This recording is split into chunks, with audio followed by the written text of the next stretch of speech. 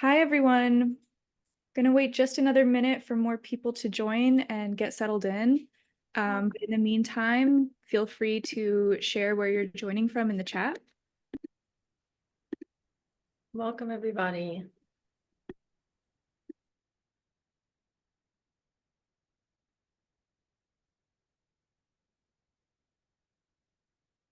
New York.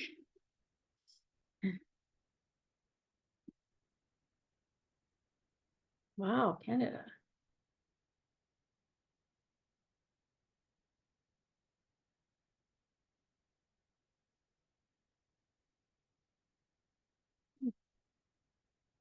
Wow, great to see all these interesting places people are joining from. Yeah. Hello, everyone. Happy Thursday. My name is Mira Zulali, and I'm the editorial and audience associate here at 70 Faces Media. It's my pleasure to introduce Dr. Sara Glass, who is a trauma therapist, speaker, writer, and author of Kissing Girls on Shabbat. I'm going to share a link to the book in the chat. One moment. I hope that people had the chance to read the book. I hope people brought questions of their own. And Dr. Glass, I'm excited to jump right in. So for people who haven't read the book, can you tell us a bit about your upbringing and journey to where you are now? Absolutely. Thank you, everyone, for being here. I was raised in Hasidic Brooklyn in Borough Park, which pretty much looks like 18th century Europe. My father wore one of those black fur hats on Shabbat and holidays. My mother wore a wig and a full, covering up to her neck, long dresses and skirts long below her knees. And our community was comprised of families that looked just like ours, religious, devout families. Even amongst the regular American people who lived in Brooklyn, we stood out and we maintained our own closed circle. I went to an all-girls Hasidic school on 20th Avenue. There was a boys' school on 18th Avenue in Brooklyn, but the two schools never met. We never had activities together. It was completely gender segregated.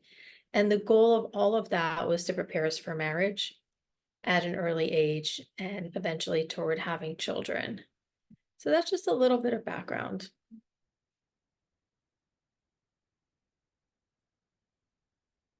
Sorry, I lost my unmute button for just a second. And you talk a bit in the book about what inspires you to write a memoir and also what inspires you to pursue your current career in mental health. So what were some of the impetuses for you to write a memoir about your experience? Was it something you wanted to do for a long time, or did someone encourage you to try it? I always loved the idea of writing. I always wanted to write some kind of book. I never thought I would have the courage to write a memoir. But when I left the Orthodox community in 2017 and finally came out of the closet as, spoiler alert, a lesbian, I was I looked behind me and back to the community I'd left, and I saw so many people who were still living in fear of different kinds. As a therapist, I was privy to some of the fear that people were living with. People were afraid to tell their truths for so many different reasons in a community that was so closed and so conformist. And so I thought, I could give speeches, but I don't think speeches have as much impact as story. When you can hear someone's actual story and know that that's what really happened, that's something that touches more hearts. And so I felt like this was a really good opportunity for me to hone my writing craft and take writing classes and just try to tell my story as effectively as I possibly could. How common, this is something I was curious about because of an experience that a lot of queer people have where you're able to kind of recognize other queer people, but it's unspoken, especially in more insular or conservative communities. So something I was definitely wondering while reading the book was how common you think your experiences are within the Hasidic Jewish community you grew up in. And that doesn't have to be restricted to your experiences coming into your sexuality. It could be other experiences you touch on in the memoir as well. Well, I think that it's hard to answer because everything was so hidden, but I do know that my DMs are full of people who are in the closet in like ultra Orthodox communities. And they message me online and say, you know, I can't talk about this, but I'm so glad you are. Thank you for saying like these things that I'm scared to say out loud. And people say there are more of us and we're just not safe to speak yet. I also know like there's a support, there are support groups online, kind of secret support groups where there are like 50 or 100 people who are queer participate in this support group from within the Orthodox community.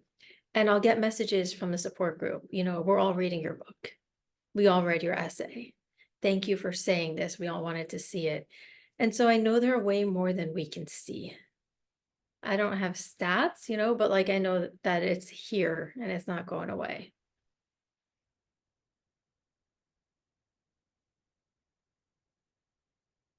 Sorry, I'm kind of I know you're trying to let everybody into sorry, the I'm chat. letting everyone in and I'm kind Yeah, of I talking can to keep thank you going. for I your could just patience. talk. I'll just like talk for hours. I'll just You know, talk. actually, I think I'm gonna make you co-host Okay, great. if No you problem. don't mind.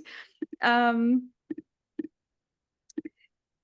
but so that kind of brings me back to your choice to publish under your real name. I'm curious if there were ever times that you considered publishing under a pseudonym over concerns for your safety, and whether this is something that other people with your upbringing are concerned about too when it comes to trying to share your stories.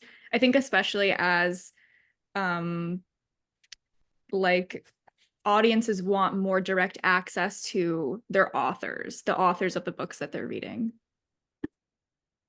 I did not consider writing under a pseudonym because of that. I know that I don't want to read a book by someone I can't see. I have read some, like, you know, there are some where I understand, like Hijab Butch Blues is like a famous queer memoir, and it is written under a pseudonym, and that one just managed to break through that barrier and touch hearts regardless. But that's such a difficult thing to do, and not everyone can do that.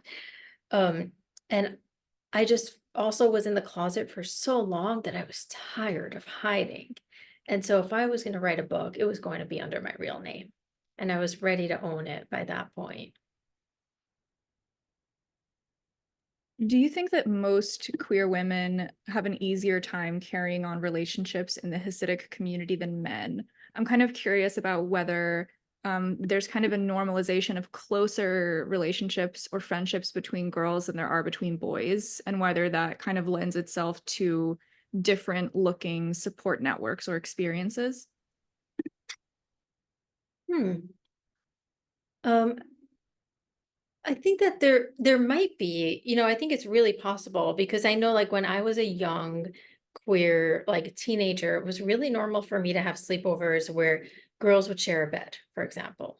And even in camp, it was like really normal for girls to just cuddle together in the same tiny little bunk bed that we shared that was like this wide. Nobody looked at that in any sort of way. It was just considered like something that friends did when they wanted to have a private chat. And I think that same sort of closeness is just not something that's that accepted for boys. There's also this like really cool thing that happens when you're in a world where nobody is looking at, like, nobody knows that they're looking for queer signals. It's not something people are very aware of. So you can kind of get away with things. Like, I remember going on a date with a girlfriend of mine at a kosher restaurant in Lakewood where we ate kosher pasta and the waitress was like wearing a full skirt and everything. And nobody for 1 second would have thought that we were in an intimate relationship because that's just not something that's on anyone's radar. So there's like kind of a benefit to the invisibility of the queer experience in the Orthodox world and that it allows you to lean into it, you know. Yeah, that is something that I was interested in when I was specifically reading about your relationship with Dasha.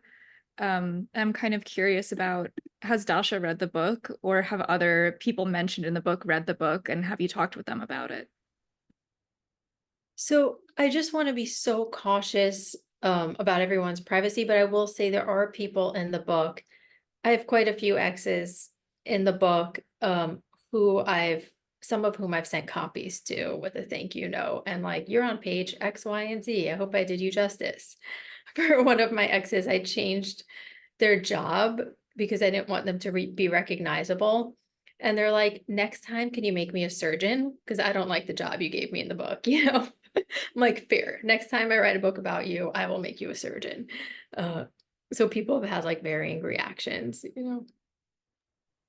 I'm also curious about what that internal process is when you're writing about an experience from your perspective, in the context of this memoir. Do you Yeah. ever struggle with the feeling that your perception of an event is not accurate? And do you get kind of worried about how the other person involved in that interaction or that experience, do they remember something you don't? Like, were there people that you reached out to maybe to get a different perspective on something you experienced? And did anything surprise you? So that's such a great question, especially because when I left the community, it's sort of like the bridge burned behind me. And I was on the other side of the world I had left with very little access to anyone, you know, and I would have loved to do more fact checking. So I did use my old journals from those time periods. I used old emails. I used like in some cases, photos to just make sure I was being as accurate as I possibly could be. I was also influenced by two gurus in the writing community, Mary Karr, Karr, who wrote a book about the craft of writing, and Melissa Phoebos as well, who wrote body work about the craft of writing. Mary Karr wrote The Art of Memoir. Both of them talk about this responsibility we bear as writers, because in a way, it's like an unfair advantage that we have. I get to put my narrative down on the page, and then the other person doesn't really get to like have a say. And so I took that responsibility really seriously. Part of what I did was I went to therapy and I sat with my therapist and said, well, what could that person have been going through at that time? How can I see this from another perspective?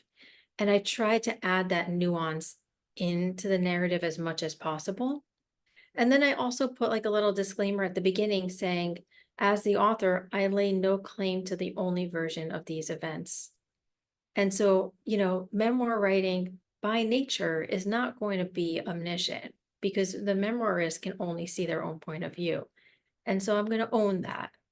It's possible that other people in my story have had different experiences of the same events than I have had. Um, Circling back a little bit, were there people that you talked to about different events you were writing about in the book? Did they have a different memory or different context or knowledge that you didn't have before you started pursuing that perspective?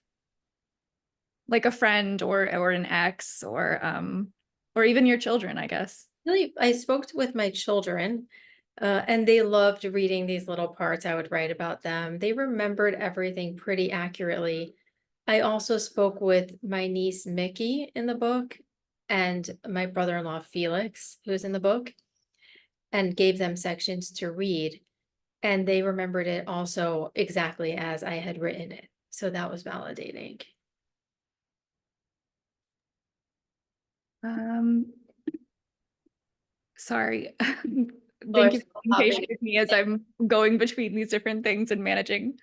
Um, what do you feel that non-Orthodox Jews get wrong about Orthodox Jews, like Hasidic Jews, and the community that you grew up in? in. Like,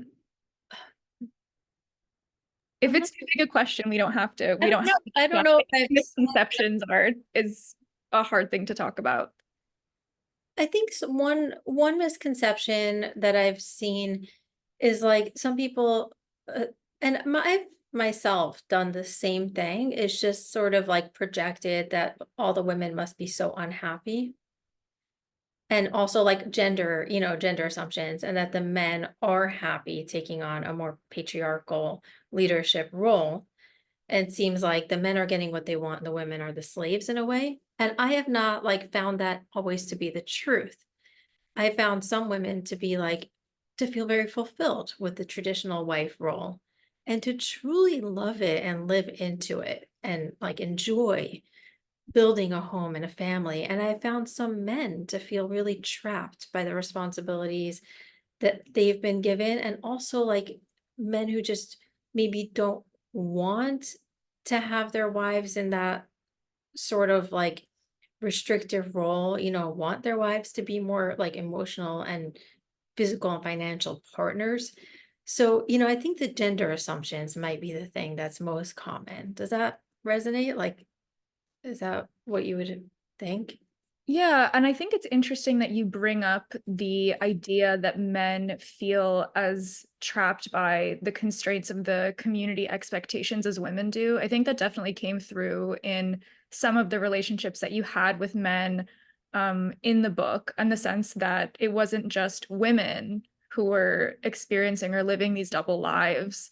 It was also men doing that too. That was definitely a perspective that I wasn't expecting, but was really interesting, and I'm very glad you included it. Yeah. Oh, we have a question in the chat. Do you have any suggestions for families containing both secular and Orthodox Jews so that people can get along better while still respecting each other's differences? My first suggestion would be to try not to make any assumptions. When I was raised in Hasidic Brooklyn, we had these cousins from San Francisco that are like part of our family. They were not religious, and they would come to some of our Hasidic weddings. So you can imagine they stood out. Like the women didn't cover their hair, and they would be wearing like kind of a shirt, maybe like I'm wearing, nothing too crazy, but you could tell they weren't religious because this is the dead giveaway, like this whole triangle right here. And they would walk into our weddings and we would be in full garb. And I just, for the first time over the course of this book tour, reconnected with some of those cousins. And they said to me, we always felt like your family looked down on us because we were less religious. And I was so surprised to hear that because in my family, we were so intimidated by them. We thought they were so cool and like we were trying to impress them, but they thought we were judging them. And, so just like try not to make assumptions in either direction, and maybe just be curious and open to what the other person's experience is. Yeah, that's really interesting. I wonder how many interactions there are like that where the central anxiety is not shared in that interpersonal relationship, and so you kind of are unable to connect. Yeah, Thank you so much, Deborah, for asking that question. great question. I'm curious if we have, I'm definitely curious about our audience makeup. I just wanted to share that if you're not comfortable sharing a question publicly, you can write it directly to me. I show up as My Jewish Learning, um, and I can share a question on your behalf while you can like maintain some privacy if you want. Um, and speaking of religion and religious traditions, what aspects of Judaism have you kept in your life? I think the primary aspect of Judaism, my favorite aspect, is the part about just loving one another and trying also to create some healing in our world, the concept of tikkun olam. I'm a psychologist, so my day job is trying to be helpful to people. And I think that part of my upbringing was so beautiful. The part where I learned that we're better people when we look out for one another in this world. That always made me feel a sense of purpose and a sense of belonging. And, even though like I've expanded that definition of giving beyond just Jews, like I think we're better people if we give in general, it doesn't have to be only to Jewish people. I love that theology that I learned in my Jewish upbringing. And I hold on to some of the traditions, although my children and I are more flexible with the traditions now. Like before Rosh Hashanah, we'll be like, okay, do you want to do the head of the fish this year? Or do you guys want to just do pomegranate? How long do you want this meal to be? For Passover, we'll be like, are we feeling matzah right now? Um, do we want to do the Seder like on this day? Do you want to do it the other day? And so we give ourselves a lot more flex in our observance of tradition now. That's really interesting. Actually, I would love to touch a bit on your work with JQY, which didn't really come up in the memoir, but I'm kind of curious if you would like to speak about how your journey led you to JQY and to mental health. So I had a practice in the Five Towns area of New York, which is like a modern Orthodox area on Long Island, an affluent neighborhood. I had a practice right on Central Avenue in that area. And JQY was looking to expand from their Times Square drop-in center out to Long Island. JQY is Jewish queer youth. They have drop-in centers for queer youth from Orthodox and Jewish households where teens can come once a week and just sit on rainbow-colored beanbag chairs and eat kosher pizza and like just be queer and Jewish and safe at the same time. Um, and they're so positive. They just want the kids to feel at home and welcome. So when they said to me, we want to start a drop-in center on Long Island, I said, great, please let me host you in my practice. Although, as I said it, my heart was in my throat because I knew it wasn't the most like queer accepting neighborhood. But I was like, I think that that's why this is so important there. So I remember at the first drop-in center, Mordechai from JQI shows up with a string of rainbow flags and hangs them on the whole entryway out from the street to my little cottage. That was my practice. And I was like, great, do that. Um, and the kids, like we made a difference there. The kids showed up and it might have been the first time they felt safe to be themselves. And I just fell in love with what JQI was doing. And so I've just said to them from then on, I'm here to serve. Like, tell me what I can do for you today. So I'm currently serving as the clinical supervisor there. You talk a lot about your sister's mental health influencing your decision to enter the mental health field. Something that I found interesting was kind of this idea of like mental illness being something inherited that taints you and like, makes future prospects and future happiness seem further away. And I'm kind of curious about how that relates to concerns about non-Jews looking in, since I know that that can often be a motivating concern. How much of the stigma around seeking help for mental health is forces beyond the community influencing people's decision making, and how much of it is happening inside of the community with community attitudes, and are those changing? Great question. So my sister had her first psychotic episode when she was 17 and I was 7. And that was like in the early 90s in Hasidic Brooklyn. My parents were like fresh off the Holocaust. My mother was born in 1946 in a DP camp in Germany, like right after the Holocaust. And so there's an inherent fear of outsiders that my family and many families in our community had because they had just come off this experience where outsiders, murdered their families. And I understand that now. And so anything that involved intervention from the outside world seemed extremely scary.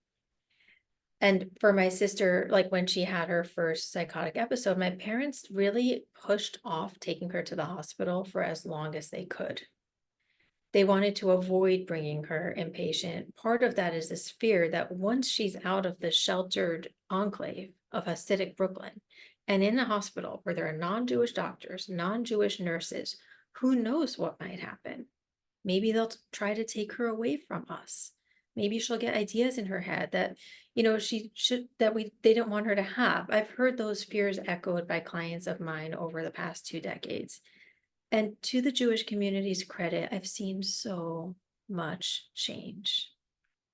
I've seen so many people like open up to the idea of mental health. We now have entire organizations that are Orthodox, that are there to help fund mental health resources and to help refer people to therapy, like Relief Help is one of them.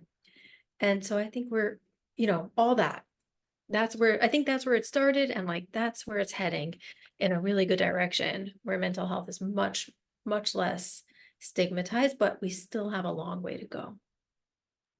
Reading about that stigma, I definitely felt the impact of Nazi racial politics, kind of this idea of Jewishness as associated with diseases of the mind. And so I also think that's another kind of stumbling block. It's not just the feeling of like concerns about state violence, it's also something that's kind of embedded itself in you. And it's something that's really hard to unlearn, or to even begin figuring out how to heal from, because the minute you kind of touch on it, it kind of hurts. Um, I hadn't actually thought of it that way, and that's so smart. That really resonates. Maybe this idea that we don't want to be the people who have so much anxiety, but like, of course, we have so much anxiety. We've been so traumatized, in and my Yeah, it was so interesting because those parallels are there. So my dad's side of the family are Muslim and experienced the early 90s Yugoslav wars. And before then were an ethnic minority in the country that they lived in. And I saw so many parallels between like that idea of showing, showing you have this issue validates a feeling that you are weak. It validates the feeling of how outsiders look at you, how people who have power to hurt you look at you. Um, and it was really freeing to see you kind of break away from a politic of like, oh, well, I have to be respectable. I can't talk about this. Um, because how are things going to get better if we don't talk about it? How is something going to change? Which I talked to you a bit before people got onto the call. But I think that's really, really powerful. And I think your book made me want to read other books about queer Orthodox Jews and Orthodox Jewish narratives in general. So I'm curious about whether there are any books that inspired you, or books that you want to read, or books that you think are a must read, that are kind of in the genre of kissing girls on Shabbat. absolutely. I get people have been saying to me, and it's the book has been so overwhelmingly well received, and I'm so grateful. I kind of didn't know what to expect. It was scary putting this book out. One of the feedback I've gotten is we love how nuanced this was and how you didn't paint the whole community as dark. And in a way, I was able to do that. I had the freedom to be more layered about my story and not to just have to paint the stark outlines of the experience of being raised Hasidic, because other people have already done that before me. There are great writers who've paved the path for me to be here today telling my story in the way that I told it. Must read All Who Go Do Not Return by Shulam Dean. It's not a queer memoir, but it's an ex-Orthodox memoir that's told with so much love. For queer memoir, Becoming Eve by Abby Chava Stein. Love her beautiful, beautiful, like heart-wrenching book about a trans woman's experience in the Hasidic community. There's a new one that's a really fun read, Punk Rock Queen of the Jews by Chef Rossi. And Uncovered by Leah Lax was a great one. I wrote a little list of like 5 memoirs that inspired me for Jewish Book Council. So that is also available on their website, and some of these are on there. I'm actually probably going to find that link and include it in oh, just so everyone knows, I will send up follow-up materials. So I'll like send out a follow-up with a link to Dr. Glass's book and to a recording of this conversation if anyone missed the beginning. And now I have another link to include, which would be that interview. That's a great thank you so much for bringing that up. I'm gonna turn to a couple questions in the chat. So someone asked me, what would have happened to you if you had revealed your sexuality while living in the Hasidic community? Oh, that's a hard one to say. Um,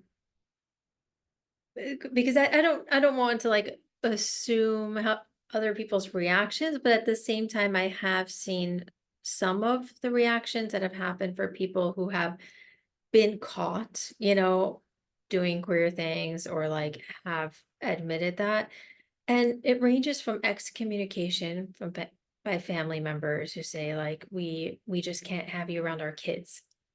We love you sometimes, but we don't think you're safe to come around our kids. And some of the other things that can happen is people's children being taken from them by the community. And I know that sounds really extreme, but if you look at Brooklyn, at how Brooklyn is comprised, there are block votes in elections by Hasidic Jews because they're so powerful and they can tell like their communities, everyone vote for this person, right? The community does have a power over like which judges sometimes preside over certain cases and jurisdictions. And some of the people in power in like New York courts don't want to like anger the Hasidic community, because that those Hasidic members comprise a large part of their support base. And so the community has ways of banding together, hiring attorneys, manipulating the court system, and literally taking the children of people who dissent at times. And so that was my biggest fear, and that's what kept me from coming out for a really long time. I think something that really comes through in your memoir is that when you were talking earlier about the book being really nuanced, I think that it was really important, at least to me personally, to see that you didn't really, there was no real villain of your story. Um, you see exactly why everyone feels the way they do, why they have the attitudes that they have, why they have developed this culture in response to a traumatic cultural event. Um, and I'm wondering, when you are writing about those, some of these traumatic experience, how do you take care of yourself after you write about that? And what is the process of editing drafts of your work that reference traumatic events? I think that's another big thing that can make it really difficult for people to tell their stories, as even trying to remember, piece together, and put into words what's happened.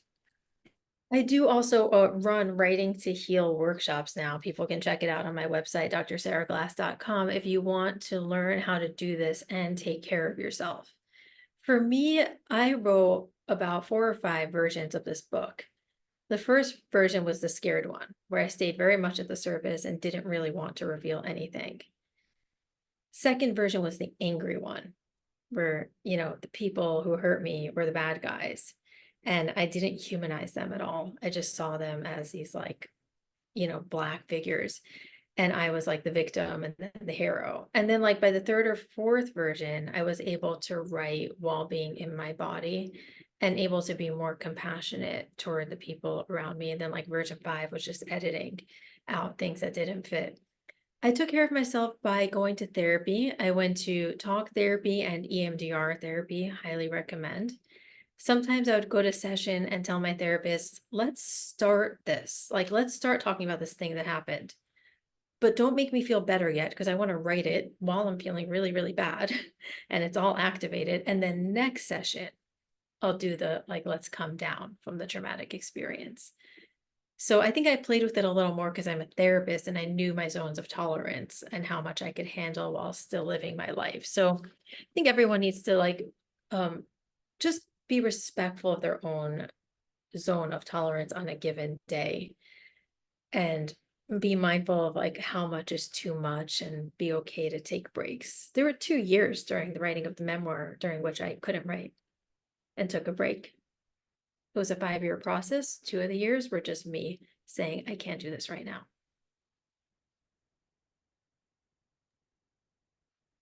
Yeah, I think that's kind of what's hard about trying to make meaningful narratives out of what you've experienced, because sometimes when bad things happen to you, it's so senseless. Like there's no like logic to why this happened.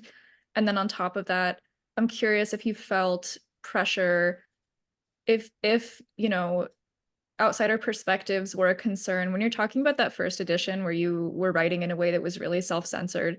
Is part of that out of concern for like non-Jews that will read this book and might take a negative view of the Hasidic community? Because like when I write about my family or I write about personal experiences I've had, I'm actually constantly self-censoring because I feel like if I share this, is someone else going to read this, think poorly of my community? Is that going to create like a bigger wound in the world? Are people not going to be as what am I trying to say? People aren't going to be as willing to give the benefit of the doubt.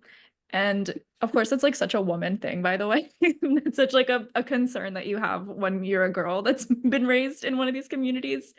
And I'm kind of curious about like how did you, I don't want to say push past that because it's not really something you push past, but like how did you set that aside long enough to stand in your own memory of what happened and your own feelings about what had happened? I wish I had been so thoughtful about my community and presenting it in a potentially negative light. When I started writing, I was really a little bit more self-centered. Like I was just scared. I was scared for my life. And so that's why I stopped myself from writing the truth and just wrote a really like edited, like surface level version, because I was still afraid that if I spoke my truth, I could lose my children or my job. And so I was still in just like basic survival mode. Now that I survived the leaving a little bit, like I'm a little more stable, I do think more about, is this going to contribute to anti-Semitism? And I think what I've done in service of trying to be fair to my community is include really great characters who are Orthodox and lovely to me throughout the narrative, so that it was clear that I wasn't trying to just say the community is bad, but rather trying to point to systemic inequities within. That makes a lot of sense. It also relates to some of the questions that I'm seeing in the chat, which are about like you've mentioned safety a few times. Do you mean simply feeling comfortable to be your true self, or is there more to it than that? Um, I Yeah. think that was that the stakes. I'd love for you to talk about it, but I felt the stakes were very clear pretty And early on in the book. so I don't know how many people are aware of the Orthodox Jewish divorce process. It's a fun topic that's been in the news lately, but for anyone who hasn't heard about it yet, in Orthodox Jewish divorces, the male holds all the power. The man has to grant his wife permission to get divorced in order for her to receive a divorce that is like a Jewish legal divorce called a get. And so what that creates is a little bit of an inequity where men get to say at times, well, if you give me $1 million, I'll give you a divorce because they have the power. In my case, my husband didn't want $1 million, but he did say, if you sign this paragraph, that's the way you get your divorce. And the paragraph said that I would pledge to raise my children under the strictest mandates of Orthodox Jewish law. And if I were to deviate from that in any way, which would include uncovering my hair, being gay, eating a Starbucks cookie, wearing a skirt that was above my knee, not saying morning prayers with my children, if I were to deviate from that, then I would be inherently giving him custody of my children. That was what I agreed to. And so the stakes were so high because I got divorced with a 3-year-old and a 1-year-old who I loved. And I wasn't going to lose custody of my children. And so I just needed to appear Orthodox on the outside at all times, because that was the fear. I think it's interesting that you touch on this idea of someone being able to control you, even though you've done what people tell you you're supposed to do to get out of a controlling or unhealthy relationship. You get a divorce and this person still exerts control over you, regardless. Um, oh, actually, this great question from Julian. What was the process of leaving the community? Was it difficult? Were you pressured to stay? Were people understanding? Um, there's a time period during which when someone's trying to leave the community, I've found where it's the most difficult. And for me, during the time period, like from 2016 to 2017, when I started showing external signs of truly leaving, I did get so much pushback. I got pushback from my family, from my colleagues. People really, really tried to exert control over me and get me to stay. Once I was on the other side, like I had moved to Manhattan, I was building a practice here. My children were in different schools. I was publicly not Orthodox anymore. That pressure disappeared.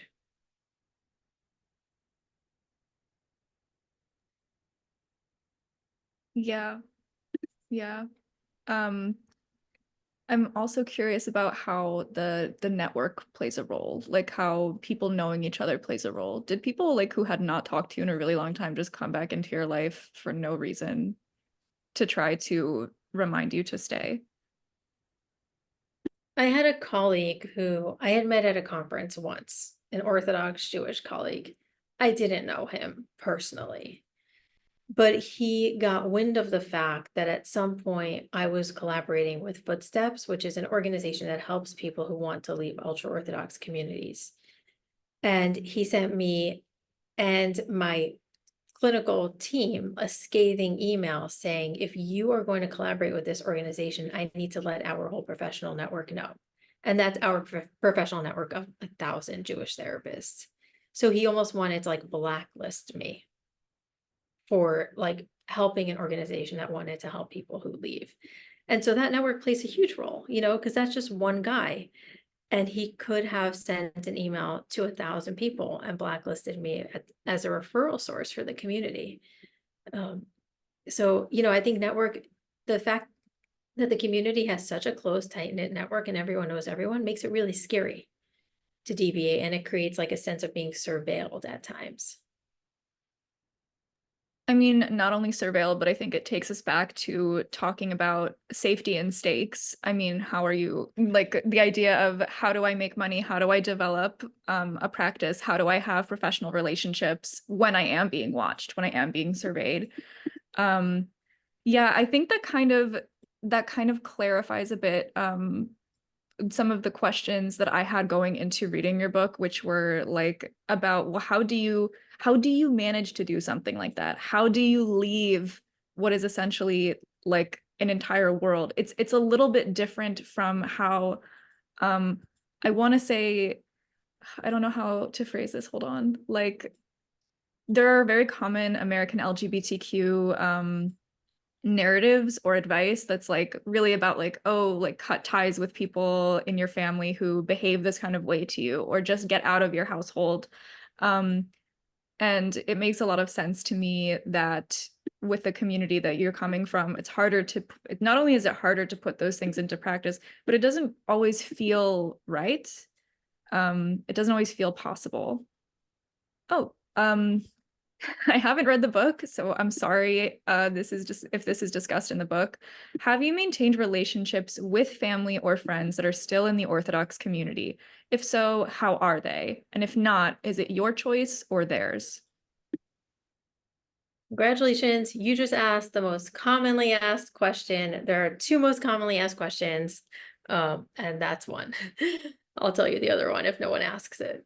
That was yes. And I love when people ask that question because it's like people hear the story and they get worried about me, and then they want to know if I'm okay. And I so appreciate that. You know, I feel the love behind it every time. So, I was raised in part by my three older siblings who helped me find a marriage partner and taught me what to do when I got my first period and advocated for my dad when he said I couldn't have any more money and I just wanted to buy more sweatshirts. So they would be like, no, she really does need an extra 20 bucks. So I had these three older sisters who were this team of mine. And I was very close with them, and you can see the relationship building throughout the book. I am no longer in contact with them. And that is because, on my end at least, it would not be safe for them to have a sibling who looks like me, who's queer, who's not religious, and who comes into their communities and their lives. That could have repercussions for their children's chances at finding a marriage partner. It could have repercussions for their careers, and it could make them kind of be looked at suspiciously in their own community. I also, on my end, decided I no longer want to mask myself to go back into the community. I'm just like, I can't do it anymore. Put on a wig and put on a skirt and go back. And so there's like a respectful distance there where we're almost all protecting each other by not being in close contact. And I am in touch with some friends from the community, some people who've been just exceptionally open-minded despite the world in which they were raised, and who reach out, and old colleagues who reach out just to say, like, we're so proud of you, and also I have a clinical question, you know? So there's some of that. Yeah, it's interesting that you talk about that as kind of quietly mutual. I actually don't know that I was expecting that. But I think that takes a lot of trust and a lot of love. in its own right. Yeah, I think there's Um, a common narrative that people think, oh, you get cut off or your family like sits Shiva, they mourn for you when you leave. I think that there's so many families in which that process has a lot more love in it than one would expect. there's that really good nuance again, the like holding of all of it. We have a question from Stephanie. How have you processed your hurt and anger? Where are you now with this? I am a trauma therapist by day. I'm in my Midtown office right now. And so I believe so much in the power of psychotherapy. And I have been to so much therapy. And I know that can feel like a privilege in America, in our healthcare system. It can be so hard to get therapy. And so for anybody here who does need therapy, my practice is soulwellnessnyc.com. You can book a free consult with any of our therapists right off the website. And I say this not to market, but just to know, like, we can help direct you to places. We know where you can access services, and we'll do that for anybody who needs that. Um, but I was fortunate enough to have some therapy, and I did process my hurt and my anger and my pain with some wonderful people who helped me. Um, First of all, thank you for mentioning that you, while you are a trauma therapist, also have a therapist. I think it's always important to know that therapists have therapists. I like kind of wonder how many degrees removed therapists are from from servicing other therapists. I think Um, it's important to know that we're not like therapists, and I talk about this in the book at the end, like, and I think someone asked a question about the letter I wrote to my clients. Therapists are, I think we no longer have to hide behind a glass and pretend that we don't have any issues, and our clients are like these patients, and like they have the problems, and we're the normal ones. That ship has sailed. We're all human beings trying to survive in this world, and we all can use a little help, and so it's okay to be human, and the therapist who helps you, I mean, I hope they're a human being too. Otherwise, how can they understand your full experience? I think that's a really good point. And I think it also kind of breaks down some of the anxiety that people have when they go to therapy. I think it also goes back to what you were saying about power imbalances, kind of the feeling that the person you're talking to knows more than you and isn't a person, and you can't question what they're telling you. So I think that knowing about your motivations for getting into mental health were really important, because even though, no one's perfect and no one is untraumatized by when they have traumatic events that happen to them, um, it can be a place where empathy comes from as well. Absolutely. And if your therapist ever tells you that they know what's better for you than like, and tries to supersede what you know in your own body about yourself, please question that. Talking a bit about the interaction between the secular and the religious, is there any kind of movement afoot to undo the laws of getting a get? I'm going to shout out Adina Sash. She is a Jewish icon, uh, uses Instagram handle Flatbush Girl. And she has begun a movement to undo that process, including a sex strike among Orthodox Jewish women. We actually at 70 Faces have a couple different pieces of media articles about this exact thing that's going on specifically with Flatbush Girl. So do you know each other? Or are you like Yeah, we've been in contact here and there over Instagram, Mhm. mostly because I am like a shameless fan, and I'll just be like, what you're doing is incredible. And so I'm just the fangirl in that interaction. So I just think that she's trying to create change from within. And she's like the Gloria Steinem of our Orthodox Jewish community, in my opinion. um so we've talked a bit about you connecting with people within the Orthodox community. Barry poses a great question in the chat, which is perhaps you already talked about this, but if not, how did you start to find people to connect with outside the Orthodox community? And what was creating those relationships like? Okay, I love this question because that's one of the things people are most scared of when they leave is like that they'll be all alone on the other side. And the truth is, it is really lonely on the other side. And I don't want to be disingenuous here. Like you all dialed in because you wanted to hear the truth. And so I'm assuming, right? Like you want to hear the real story. I'm not going to gloss over it. There was a while there where I left and I just felt like I was in the void. Like I would just look around me and suddenly there was nobody. Something cute would happen, like one of my kids would say something funny, and I would just be like, I wish I could call my sister and let her know what happened. And I had like no sisters anymore. I lost touch with my parents. I had no friends. And it was really, really, really, really hard for a while there. And then eventually, slowly, for me, like I started going to professional trainings in Manhattan where I would meet a couple of people. And if anyone said, let's go to lunch in the middle of the day, I would be like to myself, I need to go to Sweet Green right now because I need human beings in my life. And then I would like exchange phone numbers. I started to date, and that helped also. And so if you're going through this and you feel like you're alone, that's really normal. And it doesn't mean there's anything wrong with you. Everyone who leaves goes through that. And also, footsteps can be extremely helpful in hooking people up with support groups. I think it's interesting that you mention this idea of the void where family is supposed to be when you're speaking about it's interesting. That's the kind of story that you usually hear when someone is talking about a relative who's passed away.